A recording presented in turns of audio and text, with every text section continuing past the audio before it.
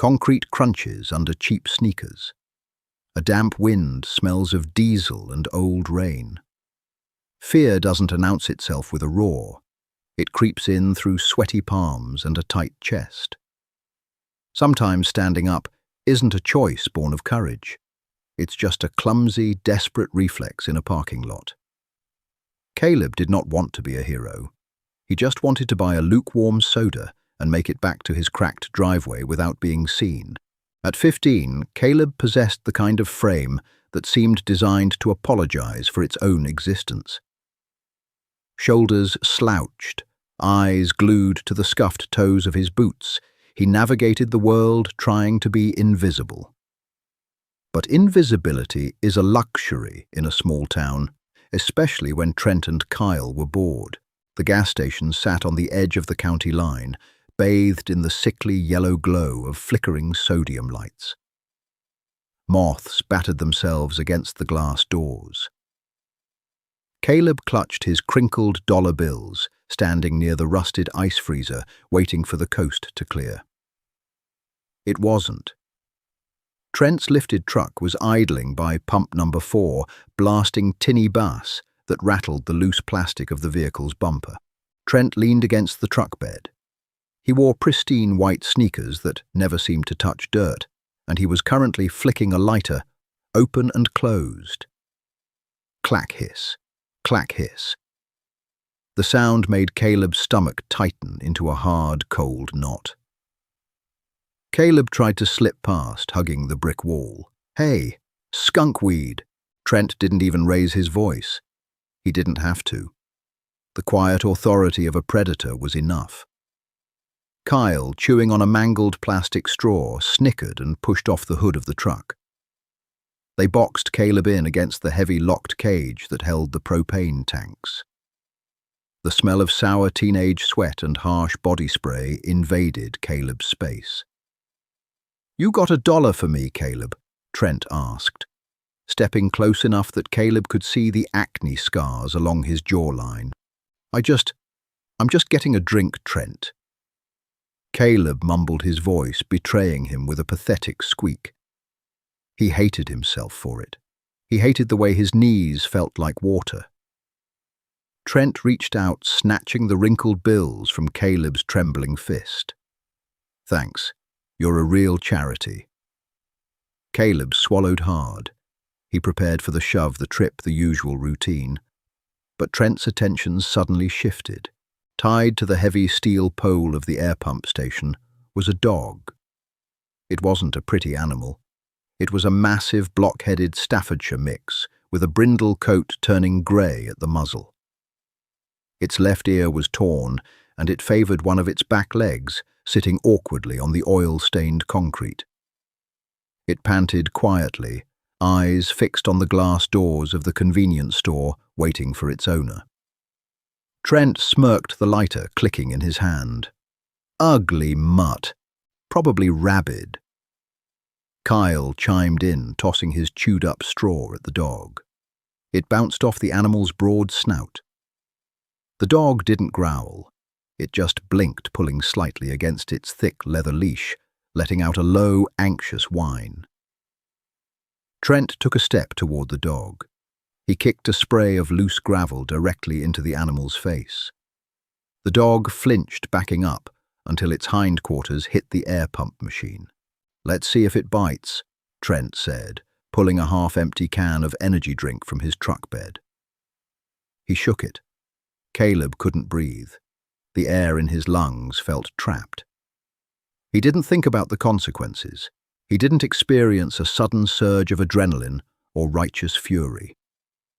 He just felt a sickening lurch in his gut. His legs moved before his brain could issue a warning. "Don't!" Caleb blurted out. It wasn't a shout. It was a cracked, desperate plea. He stepped clumsily between Trent and the cowering dog. He didn't look imposing. He looked like a terrified kid in a thrift store jacket, 3 sizes too big. Trent stopped the can, hovering in his hand. The silence was heavier than the bass thumping from the truck. "What did you say to me?" "Just leave the dog alone." He's tied up. Caleb's hands were shaking so violently he had to shove them into his pockets. He stared at Trent's pristine sneakers. Trent laughed, a harsh, grating sound. He stepped fully into Caleb's space. "You going to bite me instead, skunkweed?" With a casual, almost bored motion, Trent planted both hands on Caleb's chest and shoved. Hard. Caleb's boots lost their grip on the oily pavement. He went down backward, his hands flying out to catch himself. The coarse gravel bit deep into his palms, tearing the skin. A sharp pain shot up his wrists. He hit the ground with a heavy thud, his breath leaving him in a pathetic rush. He felt the sting of tears in the corners of his eyes and hated himself even more. He wasn't a hero. He was just a punchline. Trent stood over him, popping the tab on the energy drink. He tipped it, ready to pour the sticky liquid over Caleb's head. The automatic doors of the gas station slid open with a mechanical hiss. Heavy boots hit the pavement. They didn't crunch the gravel. They crushed it. The sound was deliberate, carrying a weight that made Trent freeze. A man stepped under the flickering sodium light. He was built like a cinder-block wall, clad in heavy scuffed leather and faded denim. The faint scent of stale tobacco exhaust fumes and worn leather washed over the pump island. On the back of his cut, unmistakable, even in the dim light, was the winged death's head. Hell's Angels. He held a lukewarm coffee in one massive, grease-stained hand. His beard was greying and unkempt, framing a face that looked like it had been carved from old wood. The man stopped. He looked at Trent, hovering with the open can. He looked at Kyle, who had suddenly gone completely rigid. Then he looked down at Caleb, sprawled on the ground, bleeding from his palms. Finally, his gaze drifted to the brindle dog. The dog let out a sharp bark and strained against the leash, its tail wagging so hard its entire back half shook. "Something wrong with my dog?" the man asked. His voice wasn't loud. It was a low rumble like distant thunder right before the storm hits. It carried an absolute terrifying calm. Trent's mouth opened, but no sound came out. He slowly lowered the can. "No, sir. We were just leaving." "Then leave," the biker said. Trent and Kyle scrambled into the truck. The engine roared tires, spinning on the gravel, kicking up dust as they peeled out of the parking lot onto the main road, desperate to put miles between themselves and the man in the leather cut. The dust settled, catching the yellow light of the neon signs. Caleb remained on the ground, his chest heaving. He looked at his hands. The heels of his palms were raw and oozing, embedded with tiny fragments of dirty stone. He wanted to melt into the concrete. The biker walked over his heavy boots, stopping inches from Caleb's face. He set his coffee cup on top of the air pump and unclipped the dog's leash. The dog immediately shoved its massive head against the man's thigh, whining softly. The biker let his rough hand rest on the animal's head, scratching behind the torn ear. "You trip, kid?" the man asked, looking down at Caleb. Caleb scrambled to his feet, wincing as he brushed off his jeans. He avoided the man's eyes, terrified that the anger the bullies had narrowly escaped was now going to be directed at him. He shouldn't have been near the dog. Bikers hated people touching their stuff. No, Caleb stammered. They were going to throw stuff at him. Your dog.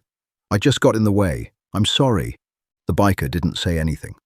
The silence stretched, uncomfortable and suffocating. Caleb could hear the frantic beating of his own heart. The man reached into his heavy leather jacket. Caleb flinched, bracing himself. The man pulled out a crumpled, relatively clean blue shop towel. He held it out. Caleb hesitated, then took it with trembling fingers. He pressed the rough cloth against his stinging palms. "Name's Garrett." The biker said, his voice flat. "Caleb," he squeaked out. Garrett looked at the direction the truck had sped off. "Those boys friends of yours, Caleb?" "No." Caleb pressed the towel harder into his hands. "Go to my high school." Garrett turned his attention back to Caleb. His eyes were dark, taking in the bruised posture, the oversized jacket, the defensive way Caleb held himself. It was an analyzing look, stripping away Caleb's attempts to hide. "They put hands on you a lot?" Garrett asked. Caleb felt his face flush. He wanted to lie, to say it was a one-time thing, but the humiliation was already thick in the air. He just nodded, staring at the ground. "What time you start class tomorrow?" Caleb blinked, confused by the question. 8:15, first bell." Garrett nodded once. It wasn't a gesture of comfort. It was an acknowledgement of a fact. He picked up his coffee, gave the dog a light tap on the flank, and walked toward a massive, flat black Harley-Davidson, parked in the shadows near the side of the building. The dog lumbered after him, hopping up onto a custom side rig with practiced ease. The engine turned over with a deafening, chest-rattling roar that echoed off the metal canopy of the gas station. Garrett didn't look back. He kicked the bike into gear and rumbled off into the dark, the red tail light fading into the mist. Caleb stood alone under the flickering lights, the blue shop towel clutched in his bleeding hands. His dollar was gone. His soda was forgotten. The walk home was agonizing. The adrenaline had completely evaporated, leaving behind a profound exhaustion and a deep, gnawing dread. Trent had been embarrassed. Trent didn't handle embarrassment well. Tomorrow at school there would be hell to pay. The shove in the parking lot was just the appetizer. Caleb turned down his street. The houses here were small, with peeling paint and overgrown lawns. He slipped his key into the deadbolt of his front door, turning it slowly to avoid the metallic click. The house smelled of stale cooking oil and cheap floral air freshener. It was quiet. His mum was already gone for her night shift at the distribution center. A note on the counter told him there was leftover macaroni in the fridge. Caleb bypassed the kitchen, went to the small bathroom and ran his hands under the cold tap. The water turned a pale, watery pink as it washed the gravel dirt down the drain. The pain was sharp, biting. He didn't eat. He went to his bedroom, a cramped space that barely fit a twin bed and a battered dresser. He lay down in his clothes. The digital clock on his nightstand read 9:45 p.m. The dread wasn't just in his mind. It was a physical weight on his chest, a sickening churn in his stomach. He pictured Trent's face. He pictured the hallways of the high school, the narrow spaces between the lockers where there were no teachers, no cameras. He had humiliated Trent in front of Kyle. The punishment would be swift, and it would be brutal. At 2 a.m., Caleb rushed to the bathroom and threw up. His stomach heaved, muscles cramping, expelling nothing but acid and fear. He sat on the cold linoleum floor next to the toilet for a long time, pressing his forehead against the cool porcelain. He wished he could just vanish. He wished he had never gone to the gas station. He wished he had let them kick the dog. No, he thought, squeezing his eyes shut. He remembered the heavy, trusting way the dog had leaned against the biker's leg. He couldn't have just watched, but the consequence of that tiny, pathetic rebellion was going to ruin him. The hours dragged, the faint sounds of the neighborhood, a distant siren, a dog barking 2 streets over the creak of the house settling kept him violently awake.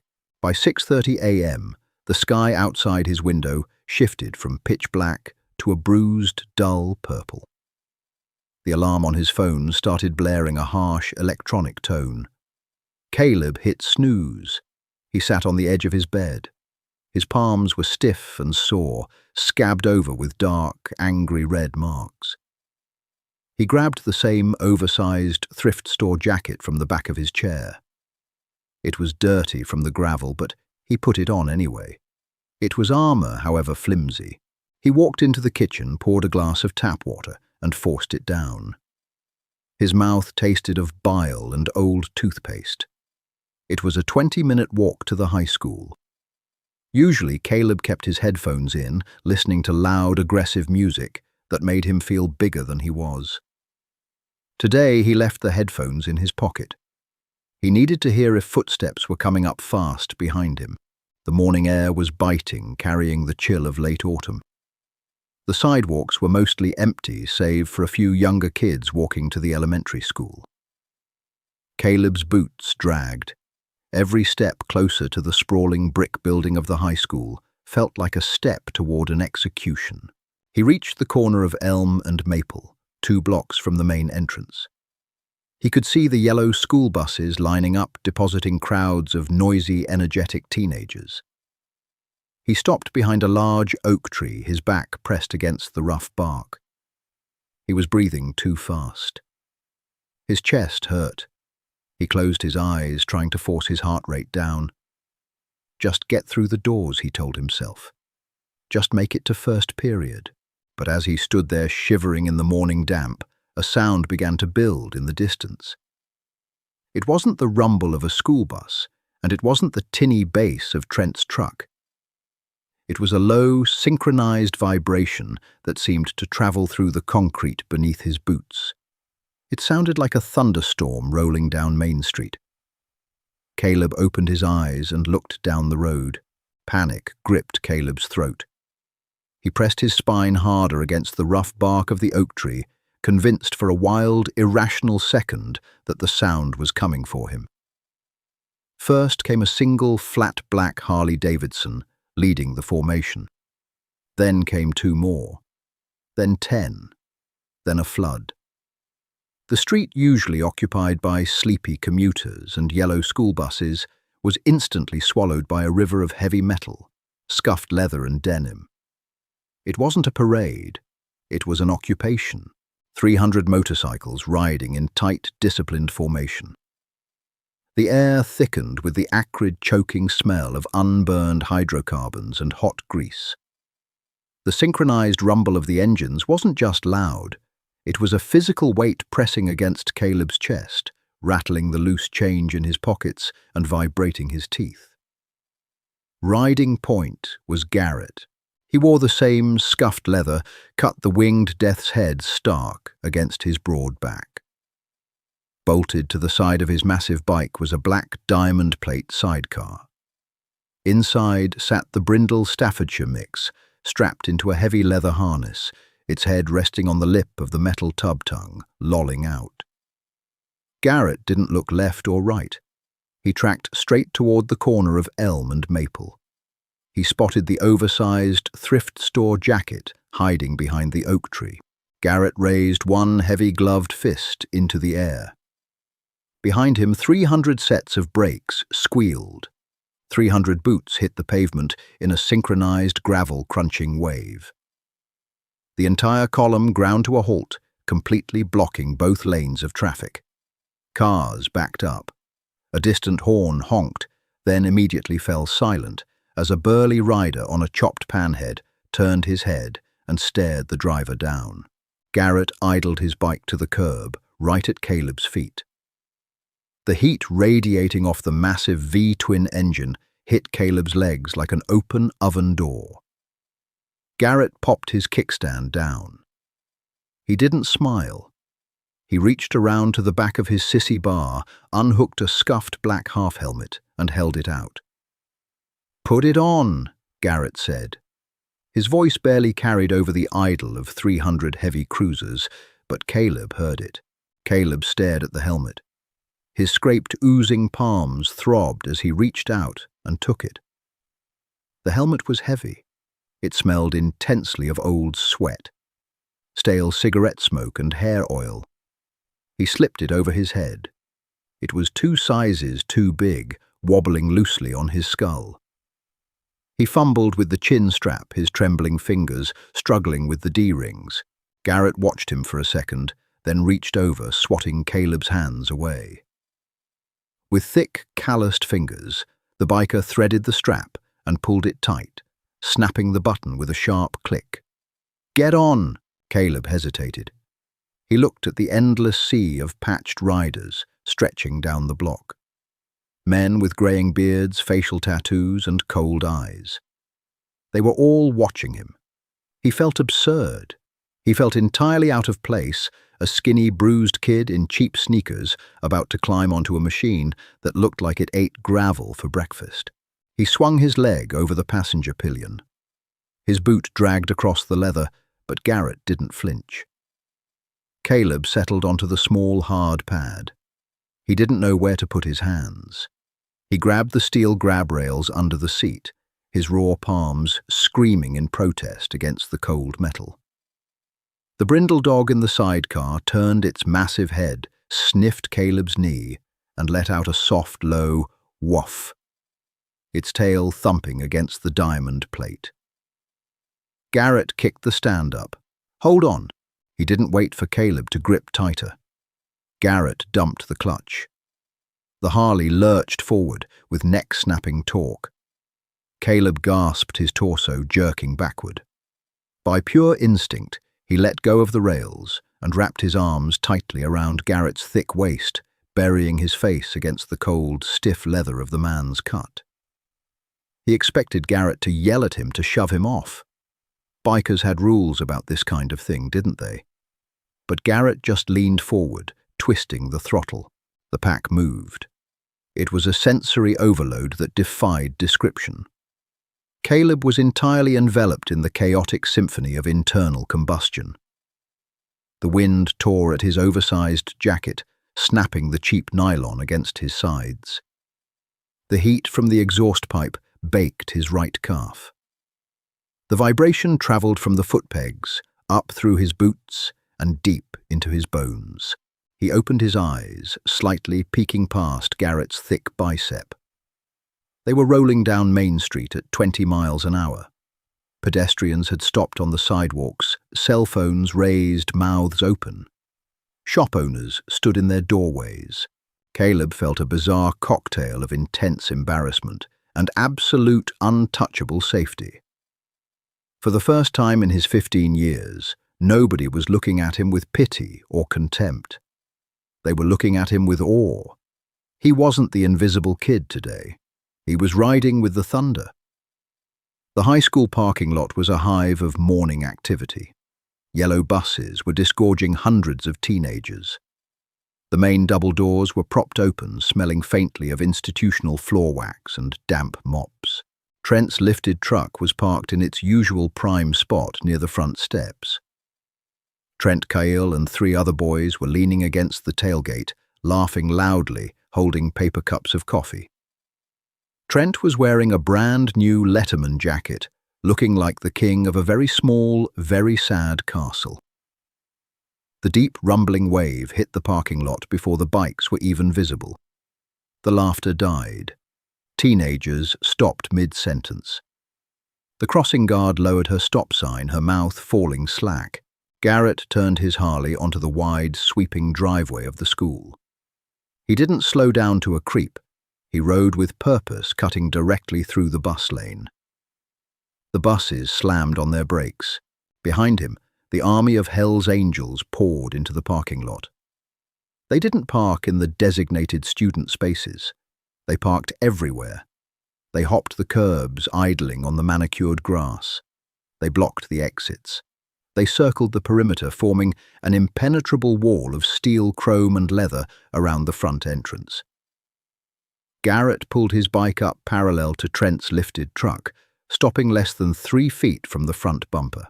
Trent had frozen. The paper coffee cup in his hand was tilted hot liquid dripping onto his pristine white sneakers. He didn't seem to notice. His eyes were wide, darting frantically from Garrett's scarred face to the endless sea of winged death's head patches surrounding him. Garrett killed the engine. He didn't raise his hand this time. The shutdown cascaded backward through the pack. Click, clack, hiss. 300 massive engines died within 5 seconds. The silence that followed was suffocating. It wasn't a peaceful quiet. It was the heavy, breathless quiet of a bomb that had just been armed. The only sound was the metallic ticking of cooling exhaust pipes and the soft panting of the brindle dog in the sidecar. Garrett slowly unbuckled his chin strap and pulled his helmet off, hanging it on the handlebars. He didn't look at Trent. He looked back at Caleb. "We're here," Garrett said. Caleb's legs felt like jelly. He unclasped his oversized helmet and handed it to Garrett. He swung his leg off the bike, his cheap sneakers hitting the pavement. His knees buckled slightly, but he caught himself against the sidecar. The dog licked the back of his bruised hand. Caleb looked around. Hundreds of high schoolers were staring at him in dead silence. He saw his English teacher, Mrs. Gable, standing rigidly by the door, clutching a stack of graded papers to her chest, like a shield. Then Caleb looked at Trent. Trent wasn't smirking. The quiet authority he had wielded at the gas station was gone, replaced by a pale, sickly terror. He looked small. He looked like a frightened boy wearing a jacket he hadn't earned. Garrett swung his heavy leg over his bike and stood up. He walked around the sidecar, his boots scuffing the concrete. He stopped right next to Caleb. He was a full head taller than Trent and twice as wide. Garrett didn't yell. He didn't make a scene. He simply pulled a crushed pack of cigarettes from his leather cut, tapped one out, and stuck it between his lips. He lit it, shielding the flame with his massive hands. He took a drag, blowing the blue smoke directly upward. Finally, Garrett looked at Trent. His eyes were dead, devoid of any emotion, carrying the weight of a man who had seen and done things a high school bully couldn't even hallucinate. "Nice truck." Garrett rumbled his voice, scraping the silence. Trent opened his mouth, but only a dry squeak came out. He cleared his throat violently. Thanks." Garrett took another drag of his cigarette. "Be a real shame if something happened to it. A dent, a scratch." Garrett paused, his eyes sliding down to Trent's shaking hands. "Or if the kid here gets so much as a speck of dirt on his jacket." Trent shook his head frantically. No, sir. Nothing's gonna happen." "Good." Garrett turned his back on Trent, entirely dismissing him. It was the ultimate insult, a complete removal of Trent's power. Garrett looked down at Caleb. He reached out and rested one heavy, leather-clad hand on Caleb's narrow shoulder. The weight of it was grounding. It anchored Caleb to the concrete. "Walk tall, Caleb," Garrett said softly. "You got a whole lot of brothers behind you now." Garrett didn't wait for a thank you. He patted the dog's head, climbed back onto his Harley, and kicked it to life. The roar returned, deafening and absolute. Caleb turned and walked toward the front doors of the school. The crowd of students instinctively parted, creating a wide, clear path for him. Nobody whispered. Nobody laughed. Caleb pulled open the heavy glass door. He paused in the threshold and looked back. The air was thick with blue smoke and exhaust. Trent was still pinned against his truck, staring at his ruined shoes. Garrett was leading the pack out of the lot, a rolling thunderstorm heading back to the highway. Caleb stepped into the hallway. His hands still stung. His jacket was still too big. But as he walked toward his locker, the concrete beneath his boots didn't feel so hard anymore. Hey everyone, if Caleb's quiet act of bravery and Garrett's massive show of respect hit you right in the chest, drop a like on this video, leave a comment below telling us what you would have done in Caleb's shoes. Don't forget to hit that subscribe button and ring the bell so you never miss another raw, grounded story from us.